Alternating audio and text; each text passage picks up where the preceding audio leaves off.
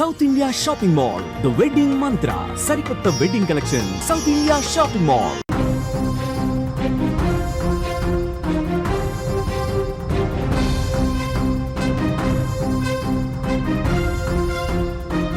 నిన్న వెన్నుపోటు దినంగా వైసీపీ ఒక కార్యక్రమాన్ని అయితే ఏర్పాటు చేసింది. అందులో భాగంగానే అంబటి రాంబాబుకి షాక్ తగిలినట్లయింది. పట్టాభిపురం పిఎస్ లో అంబటిపై కేసు నమోదు చేశారు పోలీసులు.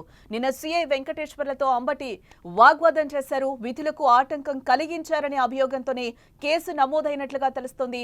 బిఎన్ఎస్ యాక్ట్ సెక్షన్ 353 కింద అంబటిపై పోలీసులు కేసు నమోదు చేయడం జరిగింది. అంబటి రాంబాబుకు బిగ్ షాక్ తగిలిందనే చెప్పొచ్చు. గుంటూరు జిల్లా పట్టాభిపురం పోలీసు పిఎస్ లో కేసు నమోదైంది. బుధవారం వెన్నుపోటు దినం కోసం అనుచరులతో కలిసి బైక్ పై ర్యాలీతో జిల్లా కలెక్టర్ కార్యాలయానికి బయలుదేరినప్పుడు దారిలో సిఐ గంగా వెంకటేశ్వర్లు ర్యాలీకి అనుమతి లేదంటూ కూడా అడ్డుకోవడం జరిగింది. ర్యాలీకి అనుమతి లేదని, ఓవర్ బ్రిడ్జి మీదకు ఒకేసారి ఇంతమందిని వెడనిచ్చేది లేదని సిఐ చెప్పడంతోనే ఇరువురి మధ్య తీవ్ర వాగ్వాదం చోటు చేసుకుంది. ఎలా పోనివరో చూస్తానంటూ కూడా సిఐపై ఆయన అంబటి ఆగ్రహం వ్యక్తం చేశారు.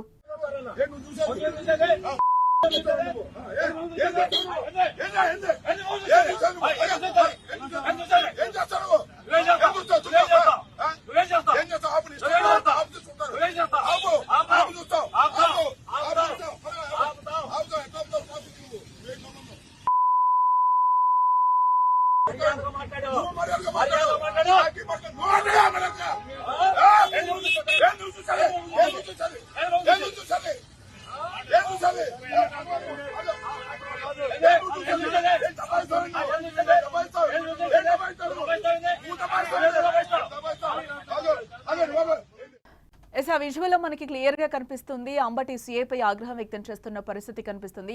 ఎందుకు పోనివ్వరని కూడా ఆయన ఒక రకంగా ఒక అసహనం వ్యక్తం చేస్తున్న పరిస్థితి కనిపిస్తుంది. అసలు అక్కడ ఏం జరిగింది అనేది మా ప్రతినిధిని అడిగి ఒకసారి తెలుసుకుందాం. ఎస్ శివరాజ్, అసలు ఏం జరిగింది అక్కడ? అయితే మనకి క్లియర్ గా కనిపిస్తుంది అంబటి సిఐతో వాగ్వాదానికి దిగిన పరిస్థితి కనిపిస్తుంది.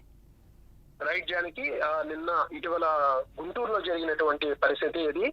ఏదైతే వెన్నుపోటు దినంగా కూటమి ప్రభుత్వం 1 సంవత్సరం కాలం పూర్తి చేసుకున్నటువంటి సందర్భంగా వెన్నుపోటు దినంగా ఈ వైసీపీ సంబంధించినటువంటి కార్యక్రమం నిర్వహించారు. అయితే ఈ కార్యక్రమంలో భాగంగా పెద్ద ఎత్తున ర్యాలీతో కలెక్టరేట్ ఆఫీస్ కు వెళ్లి వినతి పత్రం అందించాలనే ఉద్దేశంతో బయలుదేరడం జరిగింది. అయితే ఆ ర్యాలీ కాస్త శృతి మించి బైక్ రైడింగ్ కాస్త ఎక్కువ అవడం వల్ల ఎప్పుడు రద్దీగా ఉండే ప్రాంతం పట్టాభిపురం ఆ బ్రిడ్జి. అయితే అక్కడ పోలీసులు వాళ్ళని అడ్డగించి మీకు పర్మిషన్ ఉందా అని అడగడం, అక్కడ కాస్త వాగ్వాదం జరిగింది.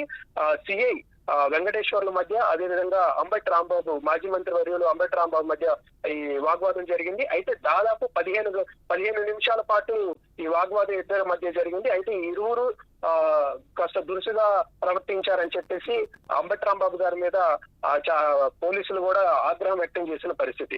అయితే అంబటి రాంబాబు గారు గతంలో మంత్రిగా చేసిన అన్నారనే విషయం కూడా మర్చిపోయి పోలీసుల మీద వేలు చూపిస్తూ నాలుగు మడత పెడుతూ ఆయన వార్నింగ్ ఇచ్చిన పరిస్థితి. ఏదైతే మిమ్మల్ని గుర్తు పెట్టుకుంటామో, మా ప్రభుత్వం వచ్చిన తర్వాత మీ పని పడతామని చెప్పేసి ఆయన డైరెక్ట్ గాను వార్నింగ్ ఇచ్చిన పరిస్థితి. అయితే ఈ విషయం చూసుకుంటే పట్టాభిపురం పోలీస్ స్టేషన్ కి సంబంధించి ఆ పరిధిలో జరిగినటువంటి అంశంగా ఇది పరిగణించాలి. పట్టాభిపురం బ్రిడ్జి దగ్గర ఈ మొత్తం వాగ్వాదం అంటే జరిగింది. ఎప్పుడూ రద్దీగా ఉంటుంది, ట్రాఫిక్ క్లియర్ చేయాలనే పోలీసుల మీద ఒత్తిడి ఉండడం వల్ల ఇదంతా జరిగిందని చెప్పేసి పోలీసులు చెప్పుకుంటున్నటువంటి పరిస్థితి. అయితే ఇక్కడ 2 కోణాలు చూసుకుంటే ఇది ఒక ప్యాటర్న్ లాగా నడుస్తుందని చెప్పేసి గతంలో కరెక్ట్ గా చిలకలూరుపేటలో ఒక నెల క్రితం విడుదల రజనీకి సంబంధించి విషయం చూసుకుంటే అతని అనుచరులను అరెస్ట్ చేసిన అంశంలో సిఐ మధ్య, అదే విధంగా చిలకలూరిపేట ఇన్ఛార్జ్ రజనీ మధ్య పెద్ద ఎత్తున వాగ్వాదం జరిగింది. అదే ప్యాటర్న్ లో ఇక్కడ కూడా జరిగింది. అయితే టీడీపీ కార్యకర్తలు చెప్తున్న అంశం చూస్తే ఇక్కడ పోలీసులు ట్రిగ్గర్ చేస్తే అది పెద్ద ఎత్తున దుమారం రేగుతుంది.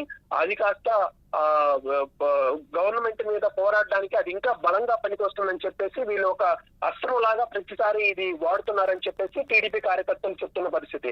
మరోవైపు వైసీపీ కార్యకర్తలు ప్రభుత్వాన్ని ప్రశ్నించడం మా హక్కును మేము వినియోగించడానికి రోడ్డెక్కితే అడుగడుగునా కేసులు పెట్టి ఊహించి భయపెడుతున్నారని చెప్పేసి వాళ్ళు చెప్తున్నటువంటి పరిస్థితి.